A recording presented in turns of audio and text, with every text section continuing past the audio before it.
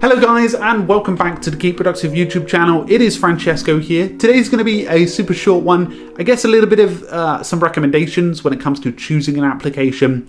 Now, of course, when you find an application, you want them to release new features all the time. This is something that we as a society, or as a productivity culture at least, are very keen on. We like to see the new flashy stuff. I certainly like to see when a new feature is released.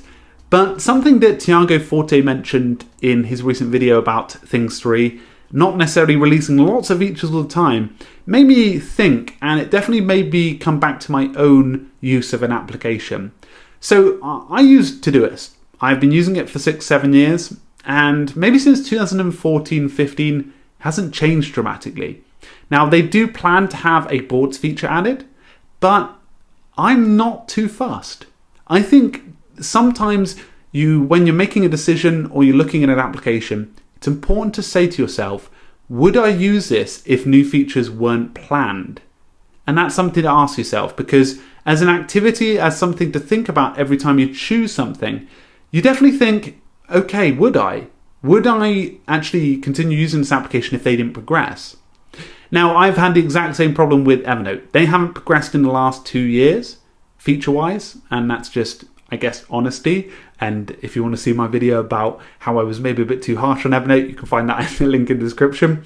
But what I mean there is I still use it. It's my filing cabinet. It's a really strong, reliable application, but I'm not necessarily waiting for a new feature there.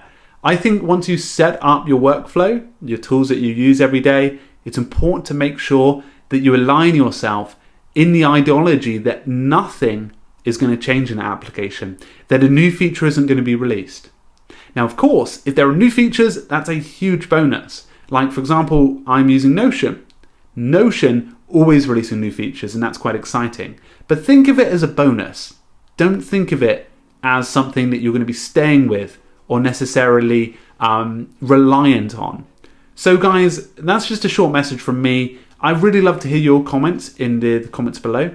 So feel free to pop them there. And I guess it's just one of the small videos I hopefully will be doing more of over the next couple of weeks. Big thank you. I'll talk to you guys very soon. Make sure to subscribe if you're brand new, and I'll catch you around. Cheers, everyone.